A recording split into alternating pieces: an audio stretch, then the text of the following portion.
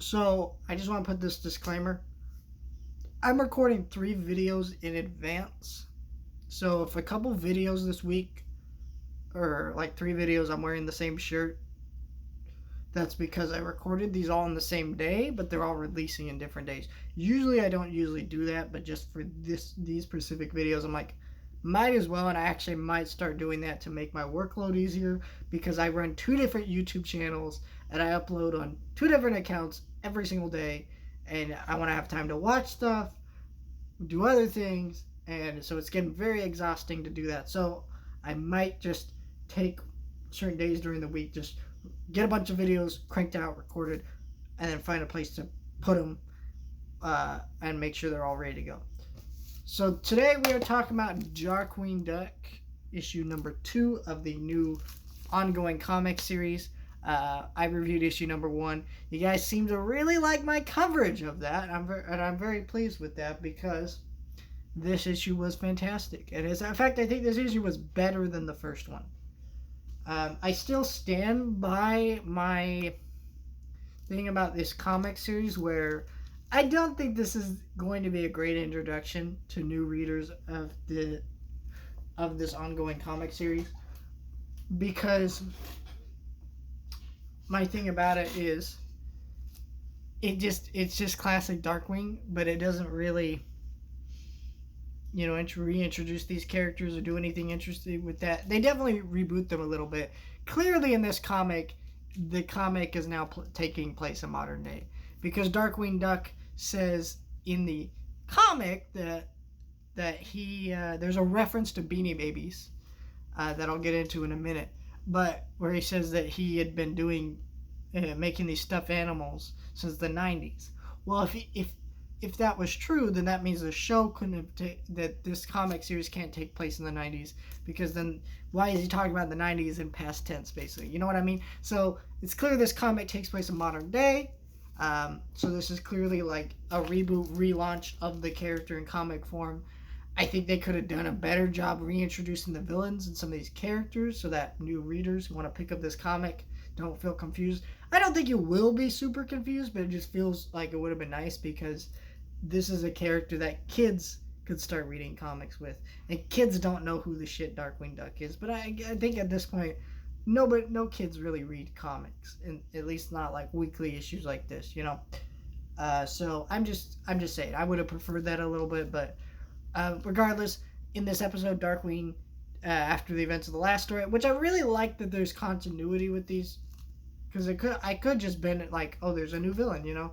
Didn't really need to like have continuity like that. I really like that they did that. Basically, after the last episode, or not episode, it feels like an episode, because what I mean, like, these comics feels like episodes of the original show, just in modern day. And they're very like tiny lines that if you missed, then you could probably still think that this comic doesn't take place in the modern day. I'm stumbling over my words today. But, I really enjoyed this character, this comic. God. Where, like... Anyways. Sorry, I just cannot today. I'm not going to start over, because I've already said a lot. But basically, in this comic, Darkwing takes Gosling to the toy store to pick out a toy. And there's a whole thing about Darkwing trying to keep Gosling out of danger. And by the end of the comic, he decides to retire, which I think is very forced, in the sense that was a plot line that happened many times in the show, and it's just like, all right, I get it would have been nice if maybe if there was like a montage of several sequences where she's in danger and Darkwing gets worried or whatever, and then that would have been cool. But the fact that it was just like that, I don't know. Feels like there was a better way to do that. But regardless, he retires by the end of the comic. There's a lot of great humor here with Launchpad and stuff like that, and just a lot of great humor there in general with the toys and stuff. And the references to Beanie Babies was so funny. How like Darkwing was like making Beanie Babies, and also references to his action figures. And then, yeah, I thought that was cool. So it was a great comic, and lots of references to Gosling on a phone, which, I think that's funny.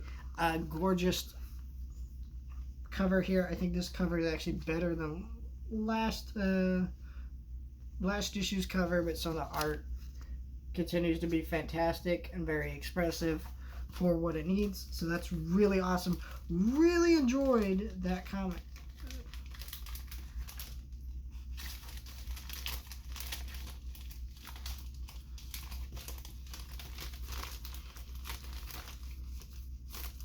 I don't know. I thought that was really neat what they were able to do with this comic. And yeah, I thought it was great. So let me know your thoughts, like, share, and subscribe. Sorry if this video is a little bit awkward for you guys, but I thought this was a fantastic issue of Darkwing Duck. But man, I think this is 100% worth a read. I wish that the trade paperback would go up for pre-order, so I could just maybe put the link to that on Amazon or something in the comment section. So if you see my reviews of these and you just want to wait for that, you could. But I don't even know if they are releasing a trade paperback. I would assume that they are, because issue number 3 comes out in March, so that's pretty cool. Let me know your thoughts, like, subscribe, and I'll see you guys next time.